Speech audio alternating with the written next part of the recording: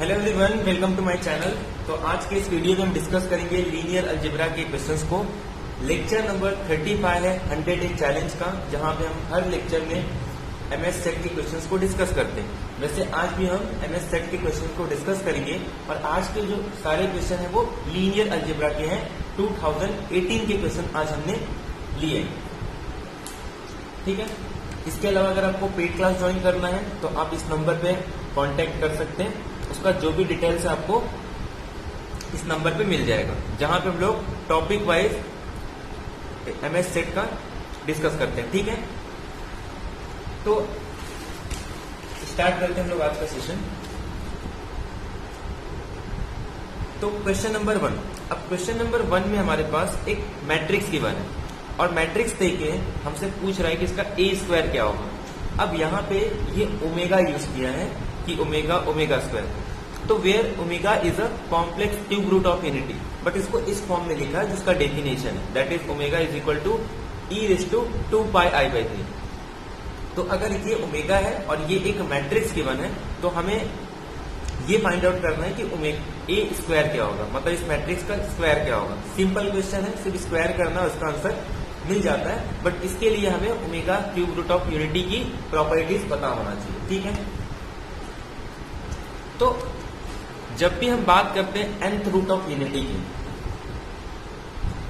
तो ये सपोज एक nth रूट ऑफ यूनिटी है, तो nth रूट ऑफ यूनिटी का अगर हमको रूट चाहिए तो हम क्या करते हैं, एक यूनिट सर्कल ड्रॉ करते हैं और इसको एंगल के अकॉर्डिंग हम लोग इसको n पार्ट्स में डिवाइड करते हैं।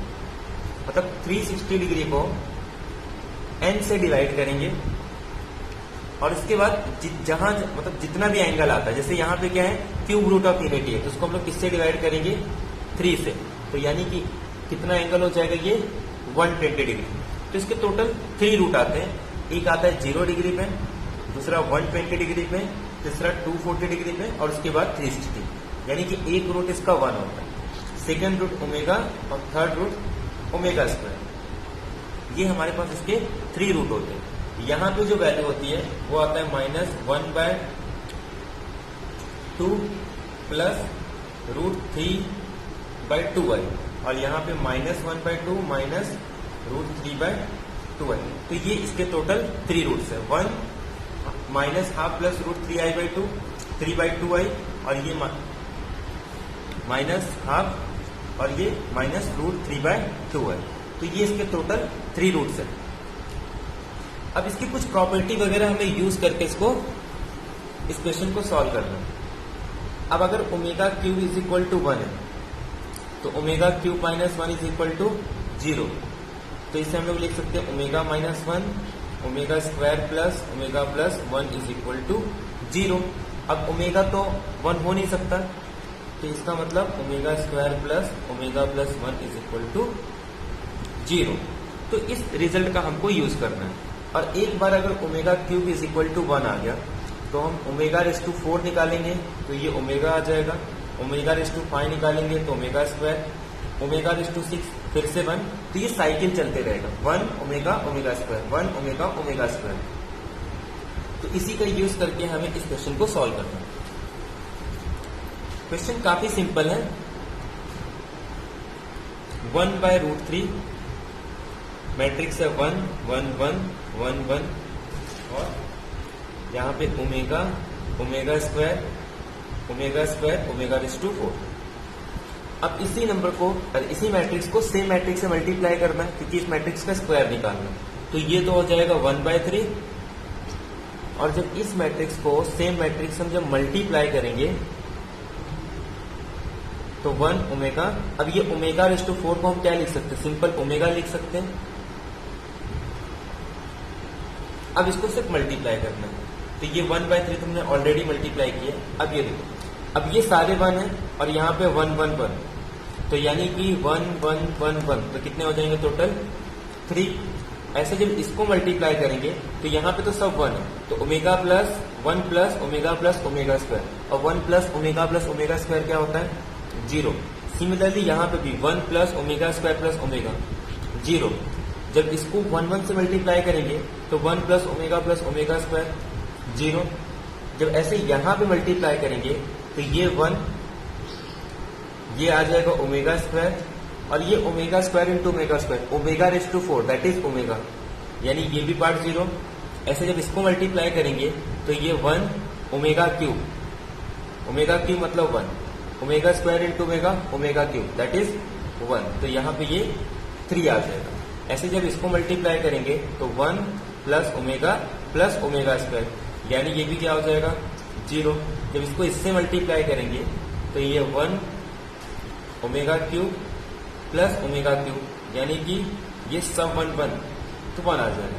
और लास्ट में जब इससे मल्टीप्लाई करेंगे तो ये 1 omega square into omega square, omega raise to 4 that is omega, और ये ओमेगा स्क्वायर, यानी ये पार्ट 0, ये 3। तो जब इसको 3 से मल्टीप्लाई करेंगे तो ये सब क्या हो जाएगा 1 1, तो यानी कि ये हमारे पास मैट्रिक्स आ जाएगा। यानी कि सिंपल सा कैलकुलेशन था और हमें omega cube root of unity के बारे में पता होना चाहिए। तो ये हमारे पास इसका आंसर आ गया। तो दैट इज हमारा जो 4th ऑप्शन है, डी ऑप्शन, ये करेक्ट हो जाएगा। 0 1 0 1 0 0 0 0 1। अब नेक्स्ट जो है वो सिंपल सा क्वेश्चन है कि V denote the vector space of n cross n real symmetric matrices then the dimension of V। अब डायमेंशन ऑफ V पूछ रहा है n cross n real symmetric matrix. अब आपको रियल सिमेट्रिक मैट्रिक्स का डायमेंशन निकालना है। अगर मैं 2 क्रॉस 2 ऑर्डर का सिमेट्रिक मैट्रिक्स बनाऊं और स्क्यू सिमेट्रिक मैट्रिक्स, तो स्क्यू सिमेट्रिक मैट्रिक्स का पहला रूल कि डायगोनल पे 0, क्योंकि स्क्यू सिमेट्रिक मैट्रिक्स का डेफिनेशन होता है a i j is equal to minus a j i, या फिर जितने भी एंट्री होंगे a i j is equal to minus a j i for all i j. तो अगर ये दोनों सेम हो गया, i is equal to j हो गया, दैट इज डायगोनल एंट्री, तो a I I is equal to minus a I i. तो देयरफॉर ये साइड आके to A I I is equal to 0, तो therefore A I I is equal to 0। तो यहां से डायगोनल एलिमेंट 0 आ जाता है, definition of skew symmetric matrix. और जो एंट्री डायगोनल के ऊपर लिख रहे हैं उसी को सेम हमको क्या करना होता है, साइन चेंज करके लिखना होता है। यानी यहां पे अगर ए है तो ये माइनस है। तो नंबर ऑफ फ्री वेरिएबल्स यहां पे कितने हैं, तो सिर्फ एक ही फ्री वेरिएबल है, दैट इज ए। तो इसका आंसर कितना आ गया 1।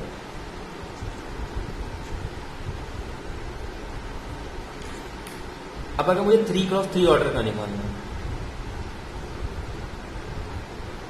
तो ये तो 0, यहां पे सपोज ए बी सी, तो यहां पे कितने आ जाएंगे, ए बी सी सिर्फ माइनस साइन करना है। यानी जब 2 क्रॉस 2 था तो इसके पास चॉइसेस कितने थे, सिर्फ 1। जब 3 क्रॉस 3 आया तो इसके पास चॉइसेस कितने आ गए, टोटल 2 प्लस 1। ऐसे ही सपोज मैं अगर एक 4 क्रॉस 4 ऑर्डर का मैट्रिक्स दूं तो 0 0 0, डायगोनल पे 0, उसके ऊपर अगर मैं A B C D E F लिख रहा हूं तो सिर्फ साइन चेंज करके मुझे यहां लिखना पड़ेगा, माइनस है। तो टोटल फ्री वेरिएबल यहां पे कितने, A B C D E F, बाकी ये तो उस पर डिपेंड कर रहा है। तो टोटल कितने यहां पे 3 प्लस 1 प्लस 3 प्लस 2 प्लस 1। तो अगर ऐसे ही इन जनरल में n cross n matrix order का मैट्रिक्स ले लूं, तो जब 2 क्रॉस 2 ऑर्डर का मैट्रिक्स था, जब मैट्रिक्स 2 क्रॉस 2 ऑर्डर का था तो ये कहां से स्टार्ट हो रहा था, 1 से। जब 3 क्रॉस 3 का था तो ये कहां से स्टार्ट हो रहा है, 2 से। जब 4 क्रॉस 4 का था तो ये 3 प्लस 2 प्लस 1। तो ऐसे अगर n क्रॉस n ऑर्डर का मैट्रिक्स रहेगा तो पहले रो के पास टोटल n माइनस 1 चॉइसेस होंगे, सेकेंड रो के पास टोटल n चॉइसेस होंगे। ऐसे लास्ट में जो ये वाला एलिमेंट होगा इसके पास कितने चॉइसेस होंगे, 1, क्योंकि ये तो एलिमेंट 0 है तो इसके पास 1, और ये यहाँ पे टोटल, क्योंकि टोटल n नंबर ऑफ रोज है तो एक तो 0 हो गया, तो बचे कितने, n माइनस 1, तो 1 से लेके n माइनस 1, यानी कि n minus 1 plus n minus 2 solve up to 1, और इसका समेशन होता है n into n plus 1। But ये ऑलरेडी n माइनस 1 टर्म है, तो n माइनस 1 इंटू उसका next term that is n upon 2। तो ये हमारा आंसर आ जाएगा। यानी कि n square minus n by 2। यही जब सिमेट्रिक मैट्रिक्स होता है तो n से लेके 1 तक करते हैं, तो वहां पे हमारा आंसर होता है n into n plus 1/2 sum of first n natural number. और स्क्यू सिमेट्रिक मैट्रिक्स में अगर n क्रॉस n ऑर्डर का मैट्रिक्स है तो number of skew symmetric matrix is the sum of first n minus 1 natural number, जबकि symmetric में sum of n first n natural number का sum हो। ये क्लियर हो गया? तो यहां से अपने को ये पता चल गया कि number of skew symmetric matrix जो है उसका डायमेंशन कितना होता है, n इंटू n माइनस 1/2। तो डी ऑप्शन इसका करेक्ट हो जाएगा। अब नेक्स्ट क्वेश्चन देखो। नेक्स्ट क्वेश्चन कह रहा है कि एक मैट्रिक्स दिया है, then the rank of the matrix A into A transpose is. अब ये आपको पता होगा कि अगर कोई भी रियल सिमेट्रिक मैट्रिक्स है तो अगर हमें कोई रियल सिमेट्रिक मैट्रिक्स दे दिया जाए और उस मैट्रिक्स का रैंक, चाहे उसके ट्रांसपोज का रैंक या A इंटू A ट्रांसपोज का रैंक या A ट्रांसपोज A का रैंक, ये सब सेम होता है। अब क्लियरली दिख रहा है मैट्रिक्स कैसा है, रियल मैट्रिक्स है। तो अगर रियल मैट्रिक्स है तो ये सारी चीजें इक्वल होती है। हालांकि कॉम्प्लेक्स में ये इक्वल नहीं होता है, वहां पे कॉन्जुगेट लेना पड़ता है। तो ये तो क्लियर हो गया कि ये सारे इक्वल होते हैं। अब हमें सिर्फ A का मैट्रिक्स अगर हम निकाल लें तो हमें A और A ट्रांसपोज का मैट्रिक्स मिल जाएगा, हमें उसे मल्टीप्लाई करने की जरूरत नहीं है। 1 2 3 0 3 -2 0 -6 4। अब अगर इसका मुझे रैंक निकालना है तो मैं क्या कर सकता हूं, इसको -2 से डिवाइड कर दूं, इस पे रैंक पे कोई इफेक्ट नहीं होगा, तो माइनस माइनस कैंसिल, ये 3 आ जाएगा, ये 2, तो यानी कि ये 3 -2। तो जब मैं इसको माइनस करूंगा तो ये मेरे पास 0 0 0। तो नंबर ऑफ नॉन जीरो, और क्लियरली ये रो एक्लोन फॉर्म में आ गया है, तो इसका मतलब इसके पास number of non zero rows कितने हैं, 2। तो इसका रैंक भी कितना हो जाएगा, 2। अगर इसका रैंक 2 है तो A ट्रांसपोज का रैंक भी कितना होगा, 2। तो therefore rank of A into A transpose is equal to 2। तो इस मैट्रिक्स का जो आंसर आ जाएगा वो B आ जाएगा। अब क्वेश्चन नंबर 4 और ये 5th जो है ये रिलेटेड है कहीं ना कहीं जॉर्डन कोनैनिकल फॉर्म से।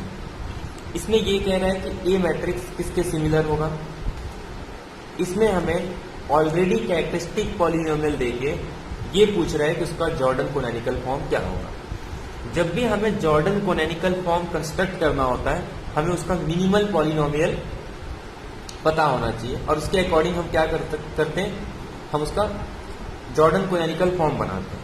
बट यहाँ पे कह रहा है कि कैरेक्टरिस्टिक पॉलिनोमियल और मिनिमल पॉलिनोमियल सेम है, जो कि ये इस तरीके से x-1³ is equal to x-4, यानी कि एक हमारे पास जॉर्डन कोनैनिकल फॉर्म बनेगा। अब जॉर्डन कोनैनिकल फॉर्म हम कैसे बनाते हैं, सपोज हमारे पास एक m(x) दिया है x-1 का क्यूब और एक दिया x-4,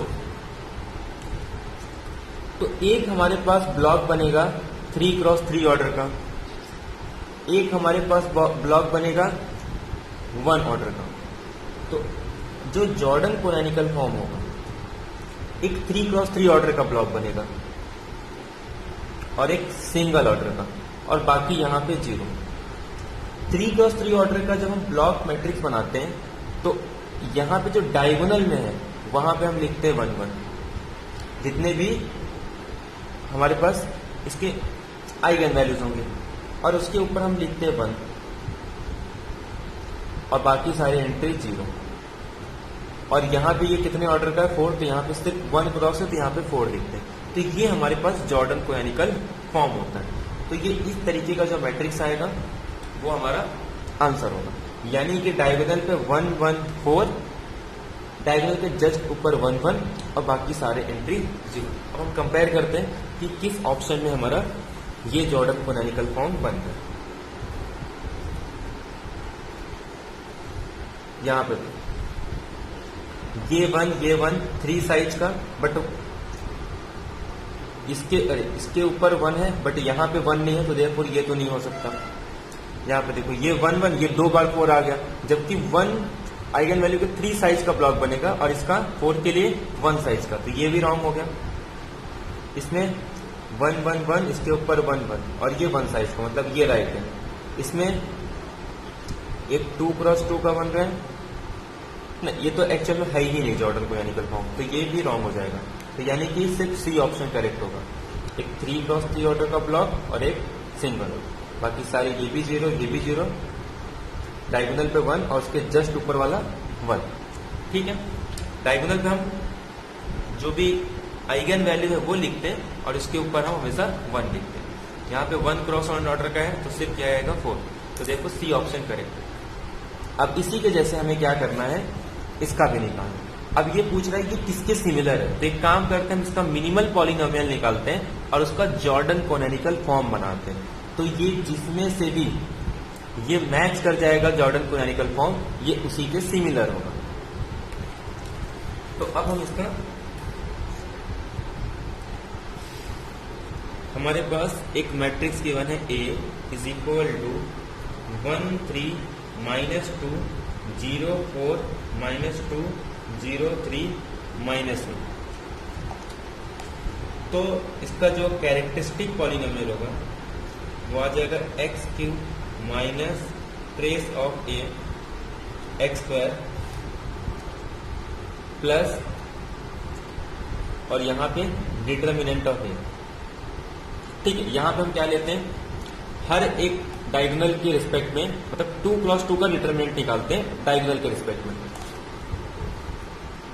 एक्चुअल में हम किसी भी ऑर्डर का कैरेक्टरिस्टिक पॉलिनोमियल निकाल सकते हैं। ये ऐसे होता है, x³ का कोएफिशिएंट 1, यहाँ पे हम ट्रेस निकालते हैं, मतलब 1 1 साइज का डायगोनल के रिस्पेक्ट में 1 1 साइज के क्या निकालते हैं, डिटरमिनेंट निकालते हैं और उनका सम करते हैं। यहाँ पे हम क्या करते हैं, 2 2 साइज के जितने भी बनेंगे, सही, एक तो ये बनेगा, इसके रिस्पेक्ट में इसका डिटर्मिनेंट, इसके रिस्पेक्ट में इन सब का डिटर्मिनेंट और इसके रिस्पेक्ट में, उसके बाद 3 क्रॉस 3, ऐसे 4 के लिए हम कर सकते हैं। तो ये हमारे पास फॉर्मूला होता है कैरेक्टरिस्टिक पॉलिनोमियल निकालने का। तो अगर मैं इसका कैरेक्टरिस्टिक पॉलिनोमियल निकालूं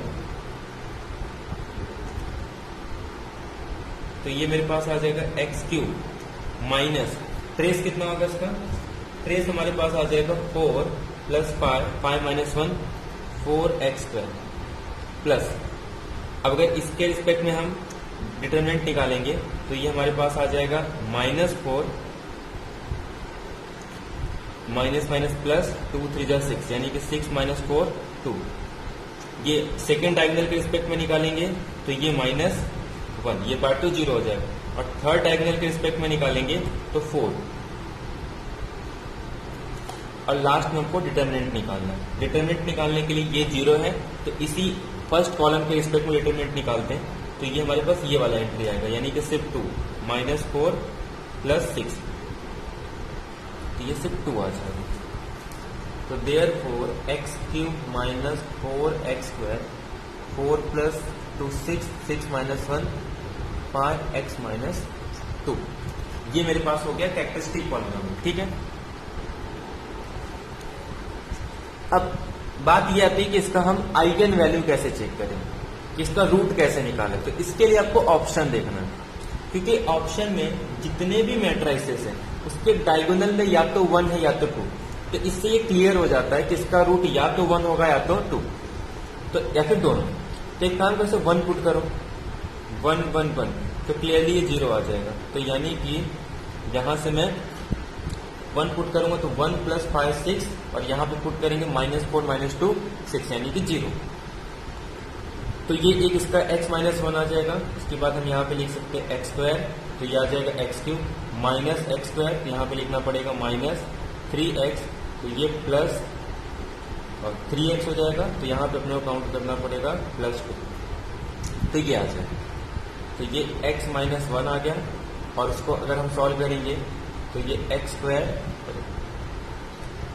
x माइनस 2 और x माइनस 1 और x square minus 2x minus 3 plus 2 ये आ गया।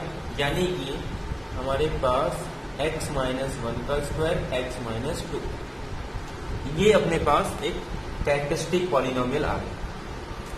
अब बात यह आती है इसका मिनिमल पॉलिनोमियल क्या होगा। तो जब हम मिनिमल पॉलिनोमियल बनाते हैं तो हमें दोनों आइगन वैल्यू लेने होते हैं।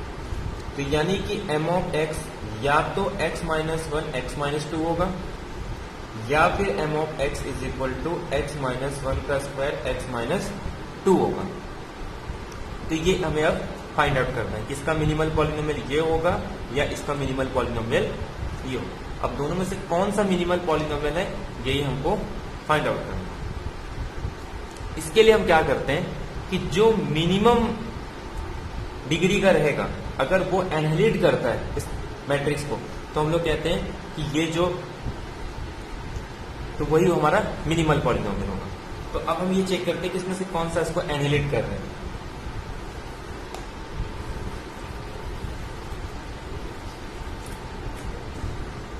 तो a माइनस आइडेंटिटी और दूसरा a माइनस 2 आइडेंटिटी।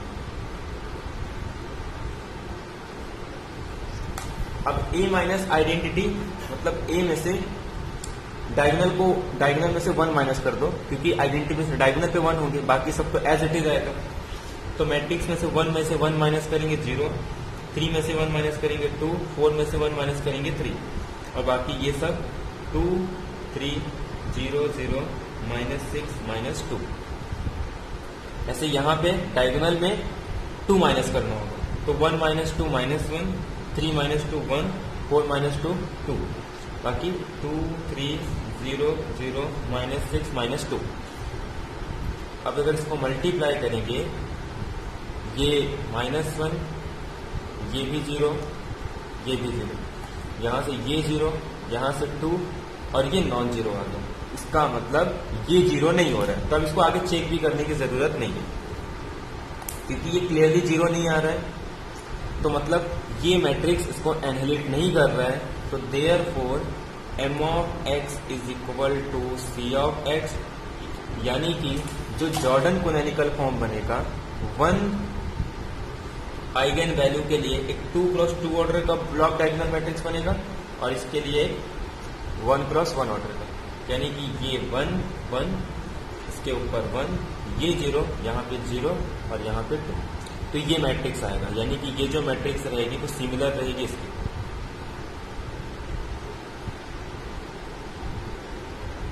अब चेक करते हैं इसमें से कौन सा मैट्रिक्स है ये।